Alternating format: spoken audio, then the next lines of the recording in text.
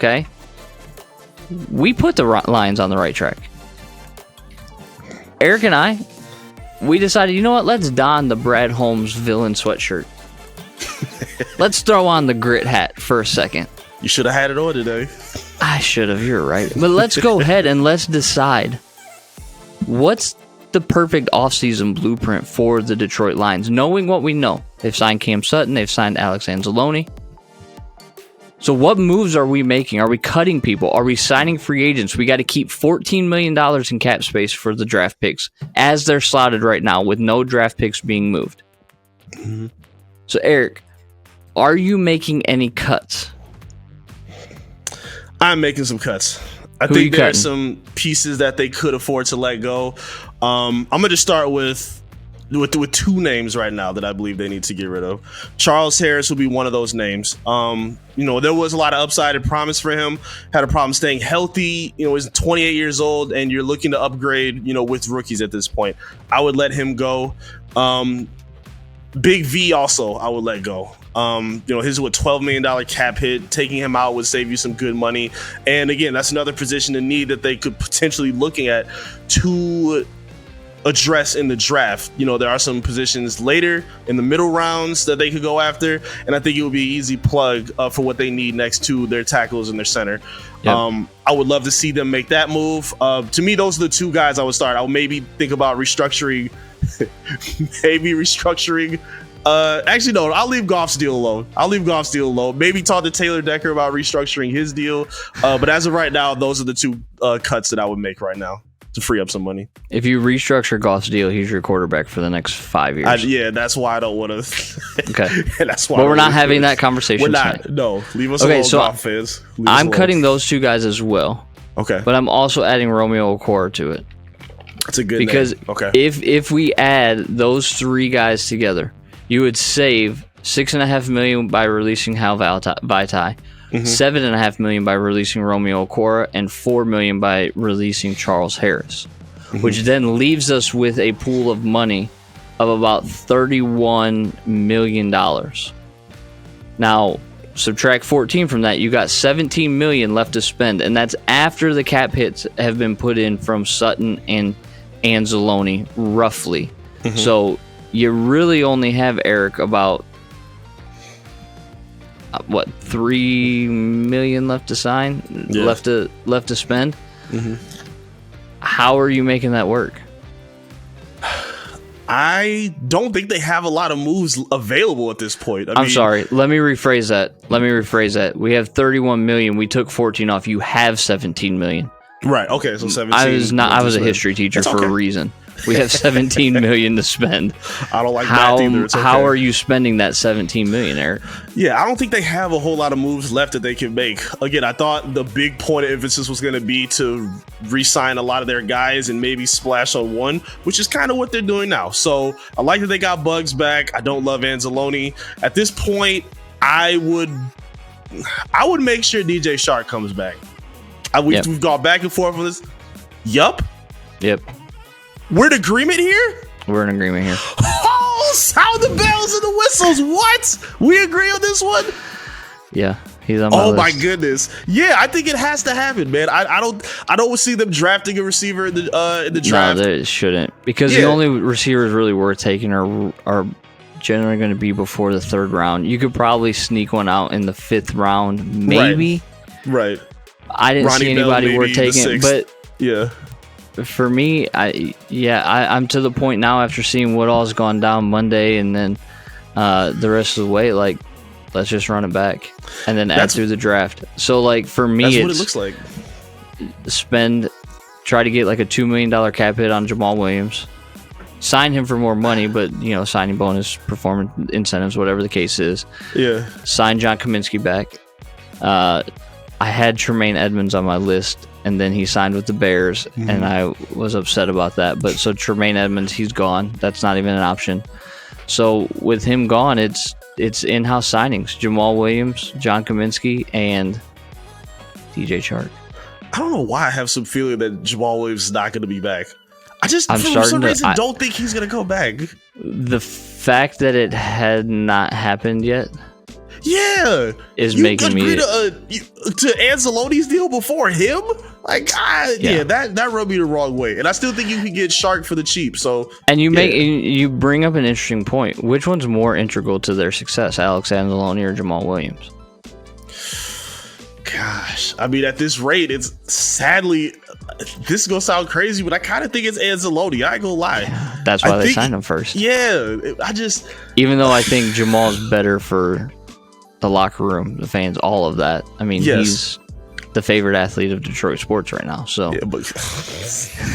but clearly it's something about Thor that they just had to get back. Though that long blonde hair of his, he's a good player. Again, he showed some stride, but he has to. He got to perform like. Not worth that money. Yeah, no, he's got to perform like one of the better linebackers in his division this coming season. Like, we have to see that. Yeah, no, absolutely have to see that. I mean, at a certain point, there's got to be production to match the dollar amount, or else it's a waste. And I feel like I hate to be so negative on him because I want him to be successful, and he was our best, tackler last year, but hey, there was a lot of love for him on social media. So talk to us in the comments if you guys think that Ancelotti was a good we're missing something. But us. I mean, I saw him live against the Seahawks, and they ran that doggone tight end bench route a million times, and he didn't cover it once except for in the fourth quarter.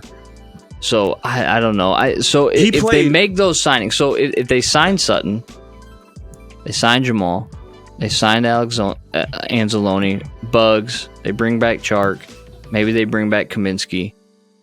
Is that a good enough free agency for you? Yeah, it's good enough. Again, I'm a side eye we're not gonna kill Ancelotti all episode, but yeah, I'm gonna keep side eyeing it until it works out. But for me, it's good enough. Again, I did think they needed to make a splash. Doesn't look like it's gonna happen, but I do like the pieces that they addressed. They didn't get pieces that they didn't need. They didn't, just fall for emotion. They addressed pieces that they needed. So I'm okay with it, and I do have a lot more trust in Brad Holmes in terms of the draft than free agency anyway. I do too. Yeah. So 100%. I mean, I'll live with it. I'll live with this for now. They didn't overspend on somebody. I'd much rather you, bring back one of the guys for the cheaper. They overspent on Anzalone. I agree, but like if they would have got for Daron Payne's money, somebody or like overspent on somebody else like that, Tremaine Edmonds, then we have an issue. But for this, with a successful draft, I'll be okay with it. I still feel like it would be undone. Like it would be incomplete. Okay. What do they need to do then? What would they have needed to do then? Just strictly the Anzalone, or is it something else that you're? It's not Anzalone. It's for me like I brought up Chris Wormley right last like somebody like that, somebody that's gonna cost you like second, third tier, but is a veteran guy that can plug the middle of a defensive line that you can add a Jalen Carter to, Will Anderson to, right? Like creating that type of depth, because I don't know, something just feels very underwhelming right now. Yeah, that's the word. I think that's something just feels really underwhelming, and it could all change, right? By the time free agency is over, it could all change, and we could be popping bottles like it's nobody's business. But I also get hesitant to, again, make too big of a splash, right? I don't want to overpay. I'm glad they didn't overpay for Edmonds. I'm glad that they didn't acquire the Jalen Ramsey cap hit. So that's smart, because that gives them more flexibility in the draft. Could they trade somebody, gather more draft picks, and then you've got an even younger base of a foundation that you're laying? It's all possible. So we've signed our free agents. We've cut our guys. Vaitai, Okora, Charles Harris, we kind of agreed they're gone. We've signed our in-house guys back, which will work out. Not adding any other outside talent, which then brings us to late April and the draft. And both of us, last week we conducted our mock draft live for everybody. We kind of voted on them together, and you guys could see kind of a process play out. And then as we were preparing for this show, we decided, hey, let's do it, the whole thing. Let's cut our guys, let's sign our guys, let's draft our guys. Who'd you take at 6? We'll just go pick by pick for both of us. At number 6, the draft gods bless me. Jalen Carter fell to 6, and I was so happy that was the case. I like the quarters that have the upside around 6, but I don't want to draft one that high. If you can get blessed to draft Jalen Carter at 6, don't fool yourself. Don't waste the whole 10 minutes thinking about it. Draft that man and be done. I think that's the easy call. Jalen Carter is the best pick in that moment, so I got him at 6. Which is interesting, because I also had Jalen Carter fall to 6, and it was a no-brainer. Mm-hmm. So that gives me a little bit of caution that like people think that he's starting to fall. But again, I don't believe that he will make it past the Lions at 6. I strongly believe that, actually. I think all the legal stuff, from what I've read and what I've seen, is gonna get worked out, hopefully, for his sake and for everybody's sake. But if he's there at 6, you take him. I agree. Did your draft include any trades? I had offers, but I was like, I'm not doing this. I want to just go straight picks that the Lions have. So we both agreed on that. Okay. Yeah, I got some good offers, but I didn't want to make it too murky, so I just kept it with what the order was. So who'd you take at 18 then? I beefed up the trenches even more. Nolan Smith, come on down from Georgia. Freak athlete. Oh, the unbelievable freak athlete. I like James Houston, but I don't know if I like him as a guy to play for 3 snaps. He's not an everyday guy. He's not an everyday guy. And you can't have too many edge rushers. So I'm okay with Nolan Smith. I think he has a lot of upside in his position. And I think you make a freakishly scary defensive line for the next 5-10 years. Nolan Smith to me was an easy pick. Got a B- for it. Thought it was going to be 21 on there. Okay. So maybe he's not just a combine hero. What, Nolan Smith? Played 8 games this year, though. Nolan Smith? Yeah. Oh, well, then if anything, that's right up Brad Holmes' alley then. Oh, he's been hurt? Got to stash him for a minute? Okay, let's get him. Hey, I'm with you, Brad. We on the same page, my boy. He's an edge player, played outside the tackle. He played over the tackle twice this last season. 12 hurries, 5 hits, 2 sacks, 69 run defense snaps, 102 pass rush snaps. He graded out as an 83 from PFF, so it's not a bad pick. Freak athlete, not a bad thing. Mm-hmm. Again, I'm always leery of combine heroes, but hey, I'm with you. Okay. But then I took a combine hero because I got Kalisha Cansey at 18, which, so if you notice, back-to-back tackles, right? Back-to-back defensive interior tackles. I told you build those two for. If I'm nothing if not consistent, Eric. I told you build that, and then that helps affect everything else. Everything else. That's scary. I'm with that. Okay, that'd be okay, right? Yeah.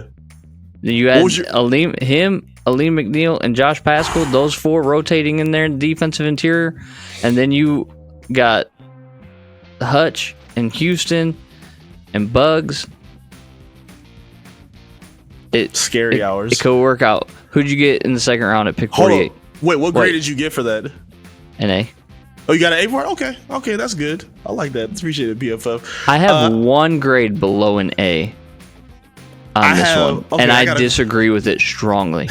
We'll get into that. I want to hear which one that is. It's my next pick. It's pick 48.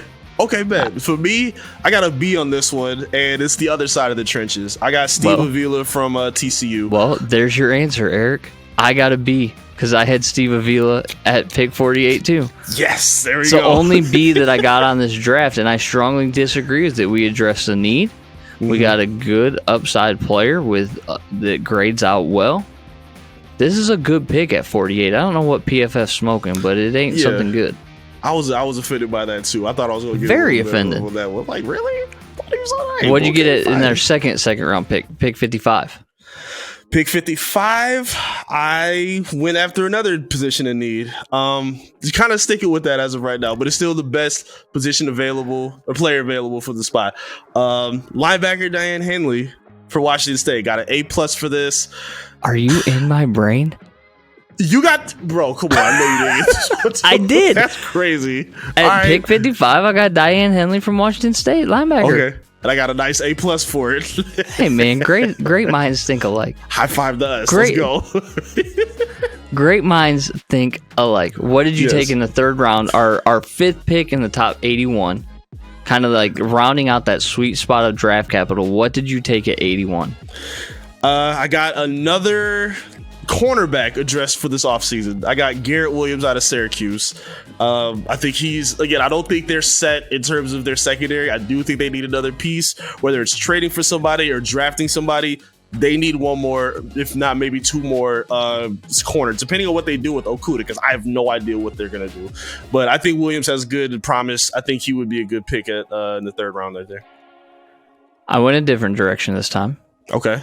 I did have Williams. He was there, and I was like, do I want to go corner? Do I not want to go corner? And then I was like, no, you can really never have too many offensive linemen, especially good offensive linemen. Mm-hmm. So I took the center from Ohio State, Luke Weipler. Okay.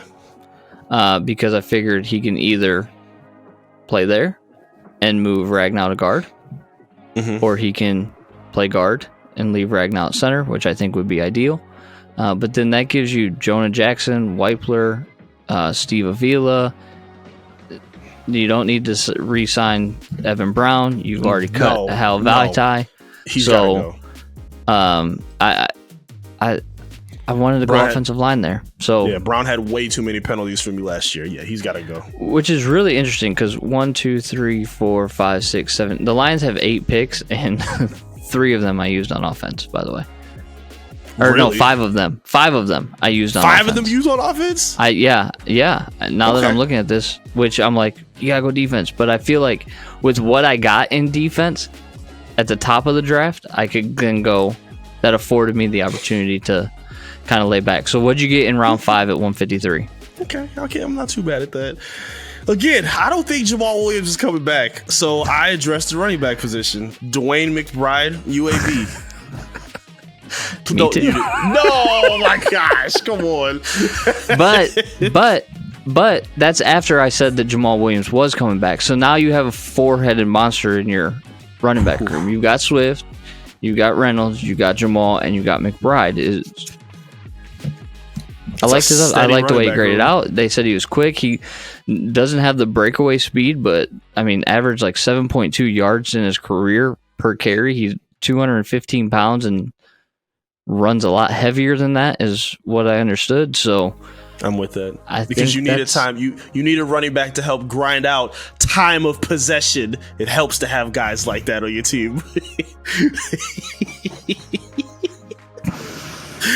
My next pick. In certain situations, that is correct. Okay. All right, go ahead. 182, round 6. My final A+. I got a few A+. This is my final one. Edge rusher Yasir Abdullah from Louisville. Okay. I don't think you could have too many edge rushers, and I think he has a lot of upside as well. He can find a fill in for Okwara, kind of play that James Houston role where, coming on third down, just put your head down, get to the quarterback. I think he's a good guy to make that happen, so I was happy with that pick. My first 6th-round pick I went tight end, Davis Allen from Clemson, which would then give us 4 tight ends in the tight end room. 2 that are, they're all young tight ends that just kind of give depth. I liked him in his pass catching ability, his blocking ability that I saw on PFF. So I took him at 6, and then we have to round out the draft with our final pick 193. What did you take? This is my worst grade, but I'm okay with it. I'm fine with this. To the tight end, Will Mallory from Miami. I think they need another guy. Goff plays pretty good with tight ends. Like, he's a pretty good rapport with tight ends, and I think you need one more to kind of fill in that offense. I think he could be helpful. I don't plan on to see them bring this Mitchell. You said Zylstra and Brock Wright. They were tender. They were given a contract. Yep. Okay, good. So I don't know. I don't think they're finished at that point. I think they need one more. And I think Mallory could be that guy. So for the final pick of my draft, I went quarterback. Oh. And I did not take Clayton Tune. Who did you pick? Aiden O'Connell from Purdue. I knew it. Yep. Okay. I was deciding between him and Tune, and then I remembered like watching him sling it around against Michigan. He throws a pretty decent ball. I don't mind him. I don't think he would ever be a starter or anything like that, but at least it adds depth to the quarterback room, which I think is nice. I got an A+ for it. So I mean, again, I addressed offense, 5 offensive players, 3 defensive players, but the defensive players that I got, I feel like really kind of stood out. Now, obviously, I didn't address the cornerback situation at all, which maybe if I had to pick to do over, I'd get the kid out of USC in the 6th round. I think it's McBride. Not McBride. I don't know. I can't remember his name off the top of my head, but I'll do some recon for you. He was always he always graded out pretty well too, but I feel like if you address that front 7, that makes your secondary less susceptible. So we'll put both of our mock drafts up, and we want you guys to kind of grade them for us. Who do you think is better, and which one do you think sets up the Lions better for the 2023 season? But that's a good plan, right? That's our blueprint. These are the guys that you need to cut. Vaitai, Romeo Okwara, Charles Harris. The guys you need to sign, they're all in-house. Jamal Williams, DJ Chark, John Kaminsky. Add those to the fold back. You already got Bugs. You already got Anzalone. You got Cam Sutton. And then here's who we think you should draft. If Jalen Carter's there at 6, you do not pass on Jalen Carter. You do not. You don't. You can't go wrong with either of our number 18 picks, Nolan Smith or Koji Akansi. Even though I would prefer Cansey because of the defensive interior aspect, and we have a ton of edges right now. I'm okay with that. We both said Steve Avila to address that guard, and then Diane Henley at linebacker. Like, if those are your first 4 picks in this draft, that's already shaping up to be a pretty decent draft. So let us know what you think about that in the comments. If you're on YouTube, make sure that you have liked and subscribed to DSN. Also, make sure that you pound that like bell or that like button on this video. Drop some comments, share it around so that everybody else can enjoy your favorite Detroit sports show, which is Beyond the Box. I'm AJ Riley. He's Eric Vincent. We will be back with you at the end of the week to talk more football and whatever else floats our fancy. We'll see you then.